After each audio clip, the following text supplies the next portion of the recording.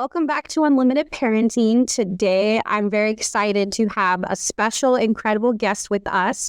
Her name is Lori Rogers. She is foremost a caregiver of her adult son diagnosed with autism.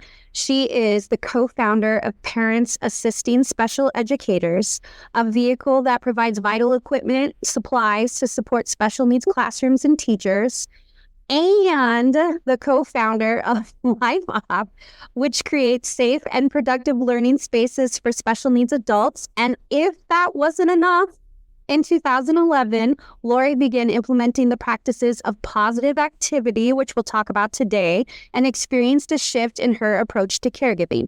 And she likes to help audiences do the same, implementing simple daily activities and mindset shifts that attract, hopefully, a life-changing experience. She's also a Spelling to Communicate advocate, which I hope we have time to talk about as well. So whether you're listening in as a parent, a caregiver, or you're just curious about how to empower a caregiver in your life, you're in the right spot. So we're going to dive in. After that lengthy intro, let's welcome Lori. Thank you for being here. Oh my gosh, I'm so excited. I to talk to caregivers and parents, or those that know them and care about them, because it's such an untapped market of, I guess I would call them appreciating that segment and helping them cope every day. Because so I'm psyched to be here. Thank you. Would you mind to start by sharing a little bit about what brought you into the role, or what inspired you to create positive activity? Sure. Neil and I own a marketing company where we do corporate swag for people, and we've owned it for 27 years, and it's all great, fun stuff. So back in 2008, 2009, there was the recession in the country, and many of our clients lost their jobs, lost their budgets. They would stop buying things from us, and like swag and gifty things were last on the totem pole as far as spending was going. So I was in this, worried state of anxiety and fear and, oh my gosh, what's going to happen? And at the same time, Craig, our son diagnosed with autism, was transitioning from high school into the adult world, which is a whole new ball of wax, as I'm sure parents and caregivers know. It's wrought with I guess I would say undetermined paths in some cases. And so, there was that worry and that fear of all of that going on. My daughter was home. She was a senior in college. She had suffered a head injury in college. She played college sports. So she was home dealing with all of that. And given that I was already sort of a worrywart to begin with, and all of those things sort of compounded, and I didn't have the appropriate skills and the resilience to sort of deal with it all. And I just was like, oh my gosh, my daughter, who couldn't drive at the time because of her injury, asked me to take her to a wellness fair. So I took her to the fair, picked up a few books, listened to a few presentations on shifting your mindset, shifting your daily activities to help you feel better, more positive, calmer, increase your resilience, like all of these things. I'm like, wait, what? I have control over how I can feel each day. I have control over my joy level, what I'm thinking, what I'm attracting into my life. I can change my subconscious. I had no idea these things even existed. I didn't know. So I grabbed some books and I read a bunch of articles. I listened to a bunch of researchers. I went on YouTube and listened to a bunch of TED Talks. I was like, oh my gosh, all of this stuff is being researched to help you be more resilient, lower your stress level, be open to more positive ideas to problem solve. And I didn't know this. I said, well, this is ridiculous. I'm going to start doing these things. And what do I have to lose? I take 20 minutes in the morning and I started these activities. And then once I realized that they were science-backed and there's studies behind them. I'm like, okay, Neil, this is ridiculous. My husband, Neil, this is ridiculous. I need to teach people these things, especially parents of special needs children and their caregivers. I want to teach people these activities and why it's helpful to do them. So that's how it started back in 2012. So it's been 12 years. And I've learned more and more each year as we go along. And I just add them into my daily routine. And I talk about them on podcasts or in workshops or in keynote speaking or that kind of thing, because they're free. They're easy. It's time. It's your time. And so that's how it started back then. Yes. So it's not only things that you have found that are researched, but you've done your own research on them and shown over a decade how they've benefited you and other people that you've helped. You've almost conducted your own research too.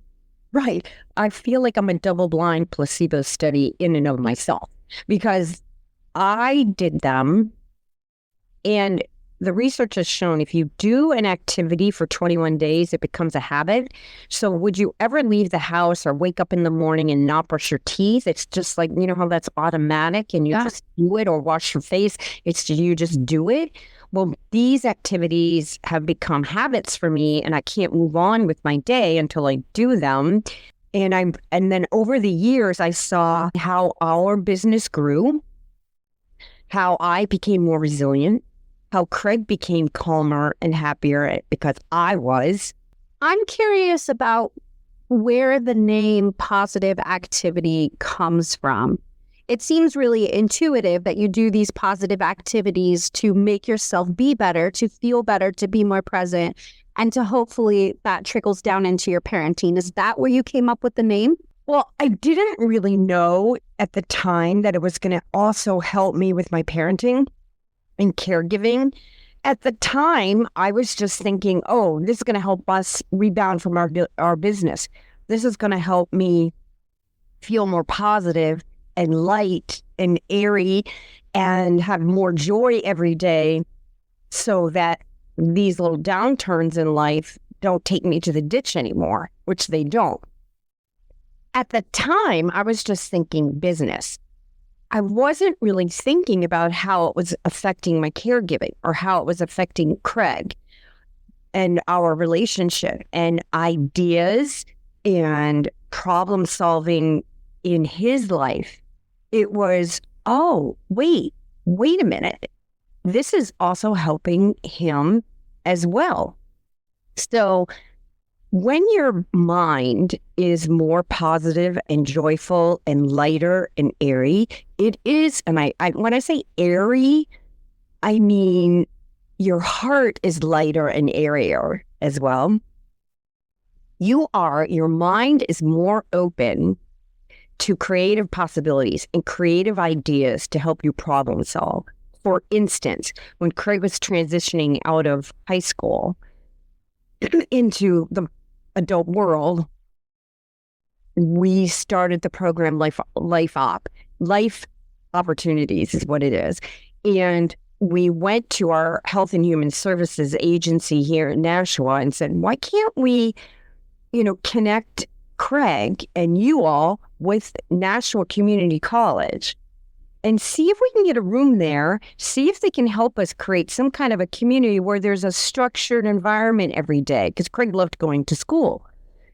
Well, come to find out, we went and met with the president of Nashua Community College. She has a grandson with autism at the time. This is in 2012.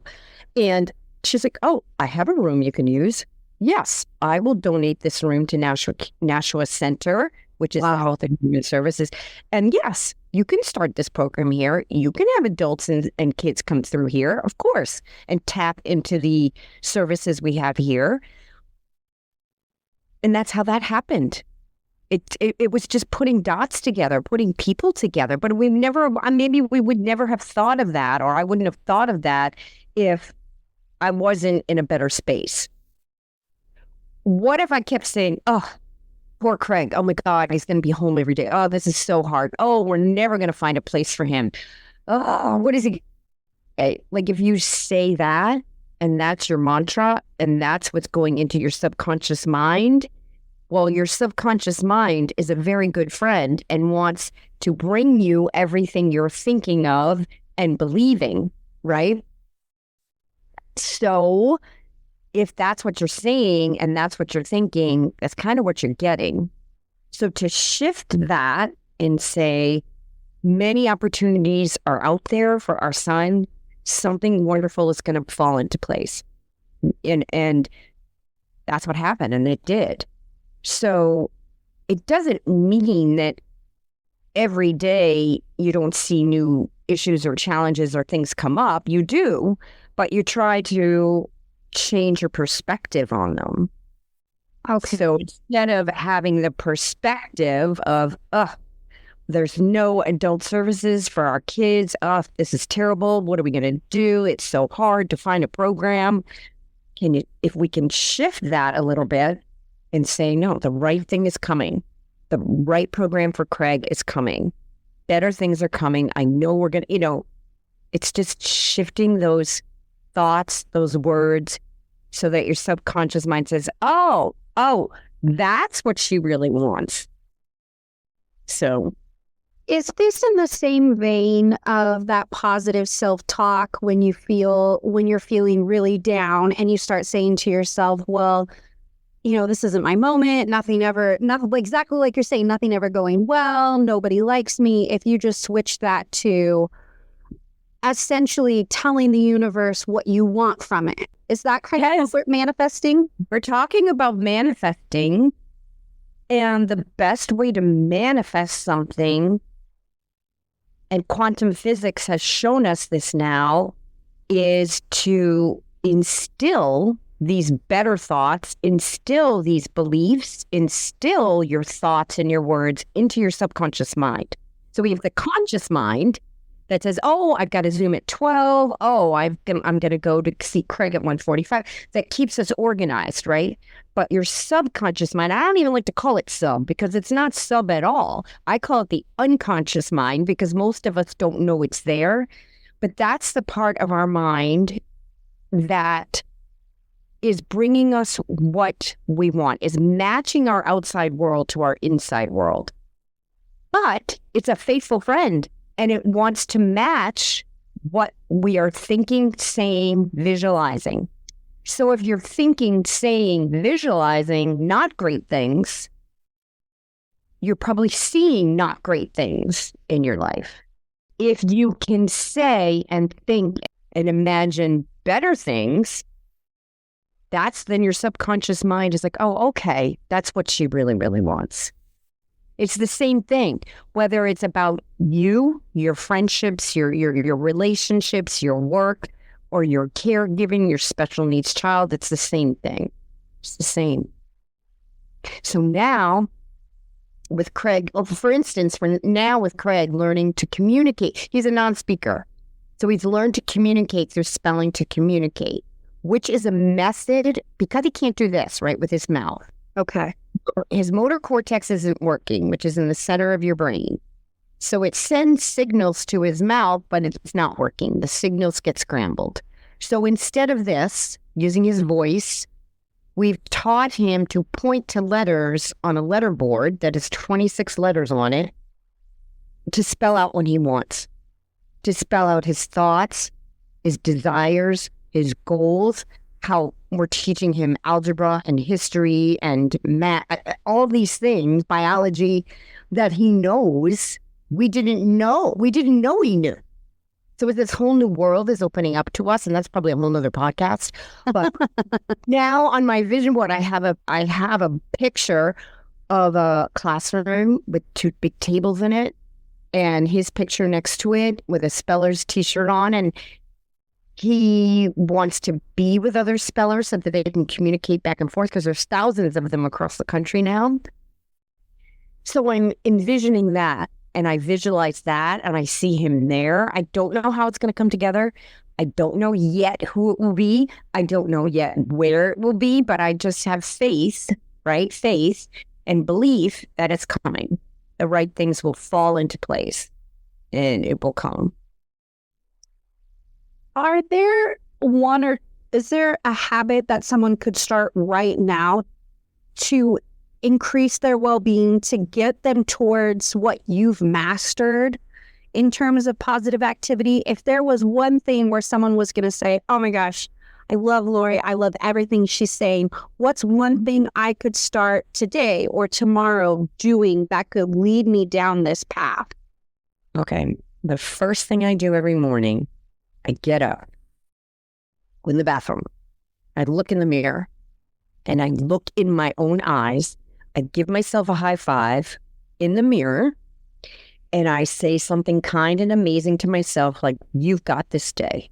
It's going to go great. Things are working out for you. And I look in my eyes and I say to myself that I love and approve of myself. This habit, very hard for me at first. Not a lot. It was very to look at myself and say that. It took practice. Mel Robbins wrote a great book.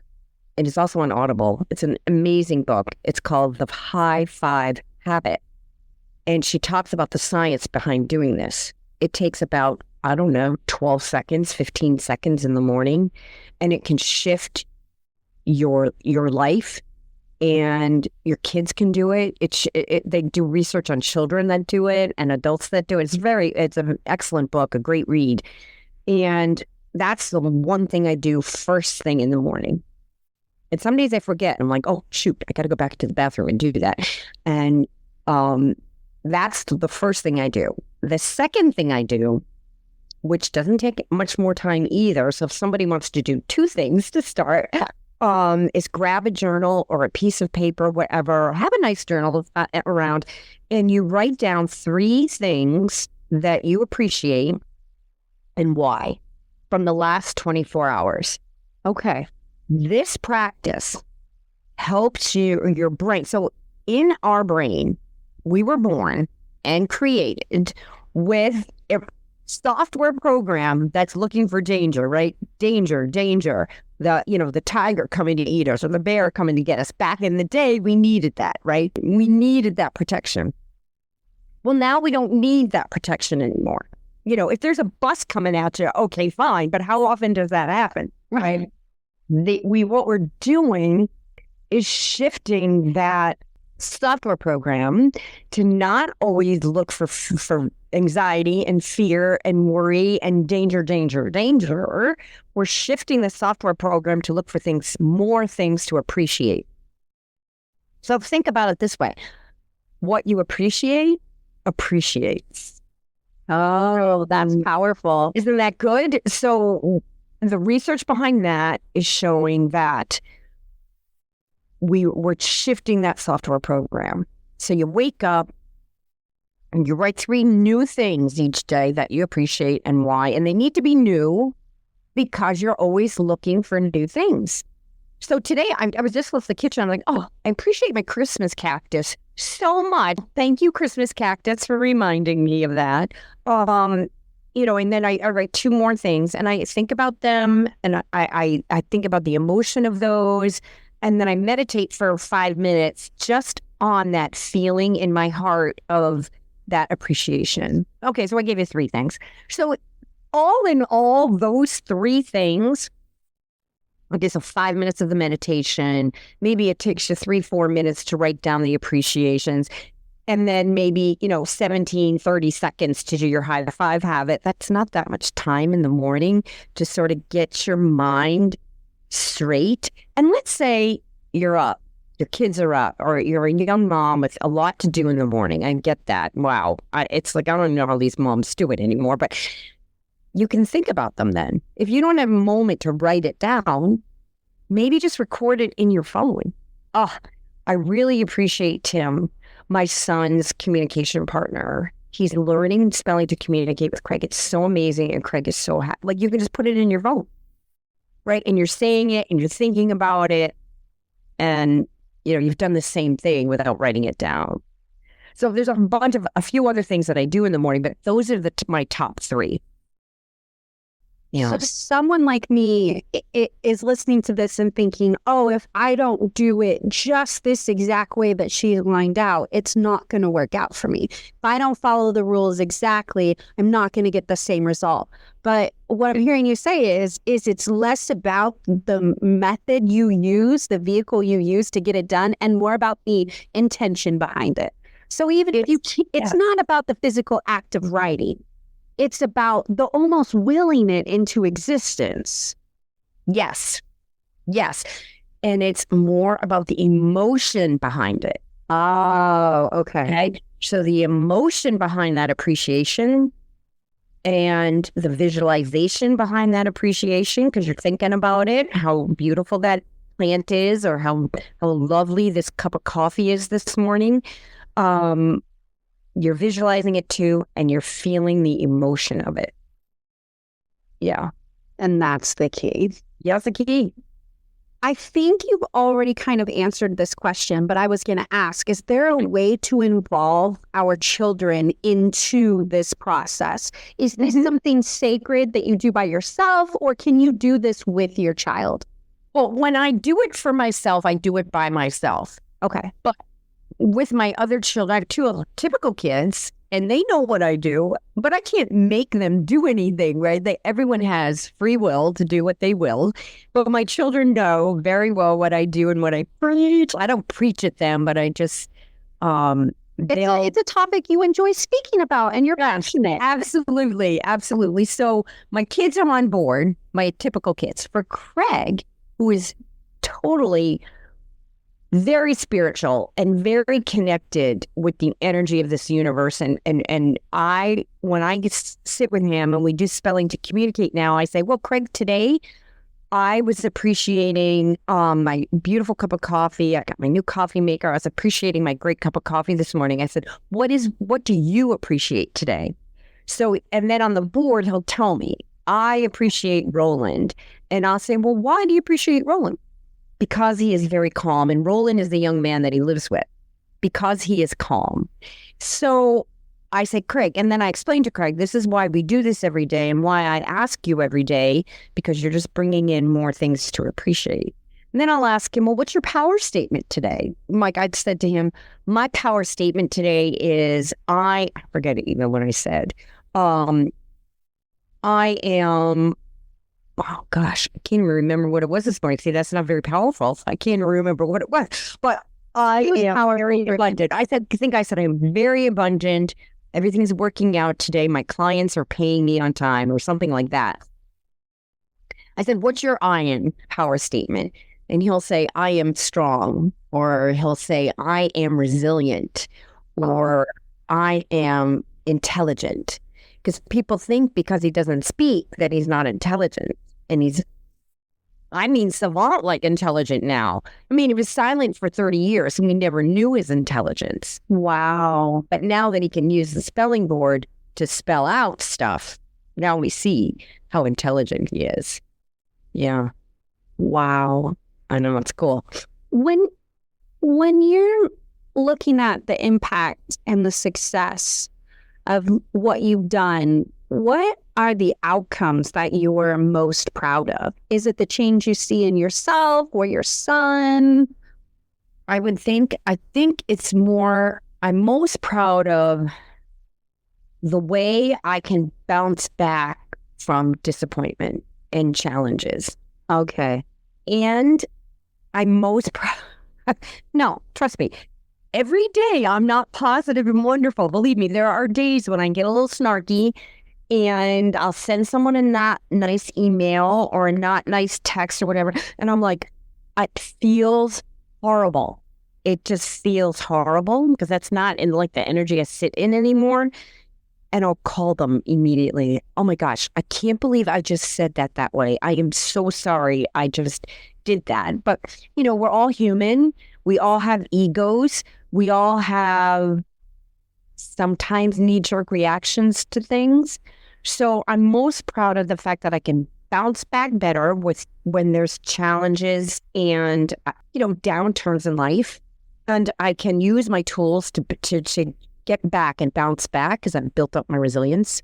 And I'm most proud of the fact that I'm teaching it to Craig, and I now understand that my energy is distinctly tied to his energy. So knowing that, if I can keep myself with less anxiety and less worry and less stress, his energy can be that way too, because we're so tied in. And most parents don't realize how tied in they are to their kids, their children. Yeah. Yeah. Or how much your children, I think that I have found in my own personal parenting journey is that I don't give enough credit to my child on how much they really pick up and recognize what I'm feeling and what emotions I'm sitting in and how their day changes based off of that. Yes.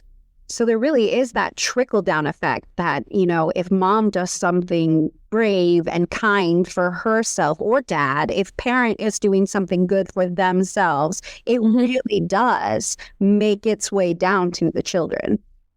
Yes. And if I don't have young children at home anymore, but if I did, and I wish I knew this then, I mean, we prayed at night and that was cool, but I wish I would have known, all right, you guys getting into bed, what's 3 things you're really happy that happened today? What did you appreciate today? You know, I would have done more of an appreciation practice with them at night. I guess it's hard to remember. My kids are in their 30s now, but like we probably did it around the dinner table, without thinking why. Like I didn't know why, at the time. They were young and I didn't really study this stuff at the time.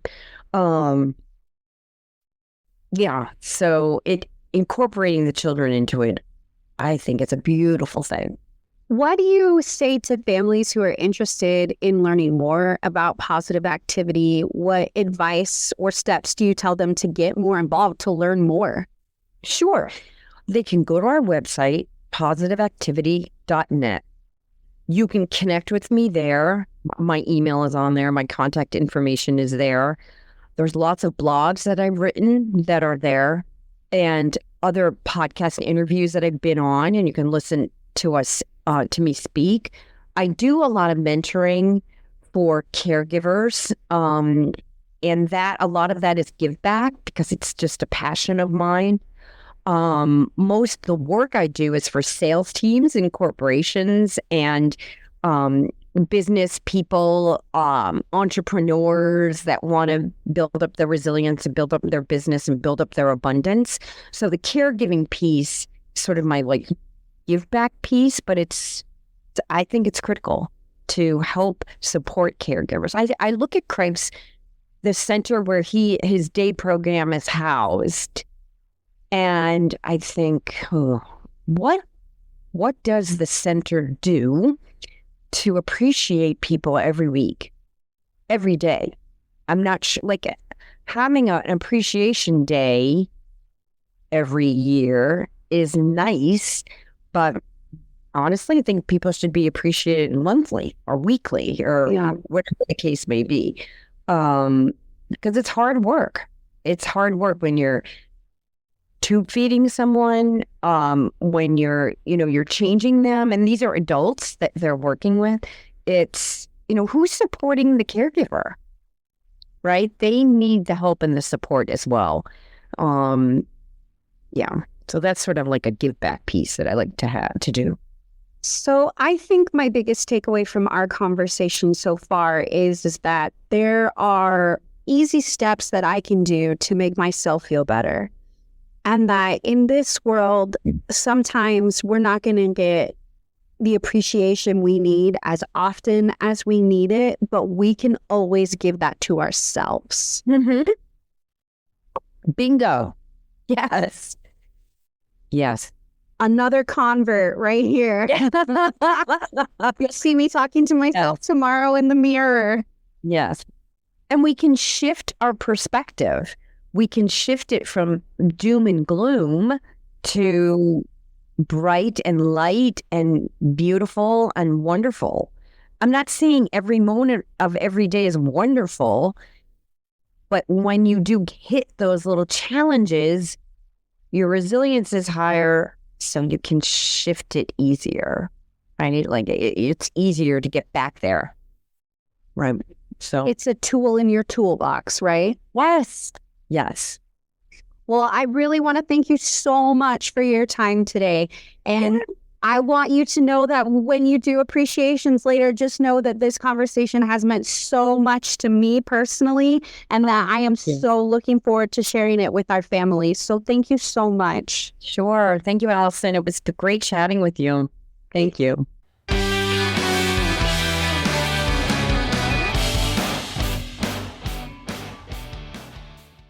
Thank you so much, everyone out there, for listening in. And know that if you are in Idaho or planning on moving to Idaho and have questions on systems or services for children with disabilities, please consider reaching out to us on our website at IPUL Idaho. That's IPUL Idaho.org. Or by calling us at 208-342-5884. Be sure to tune in next time. Until then, this has been Unlimited Parenting. Thanks for listening.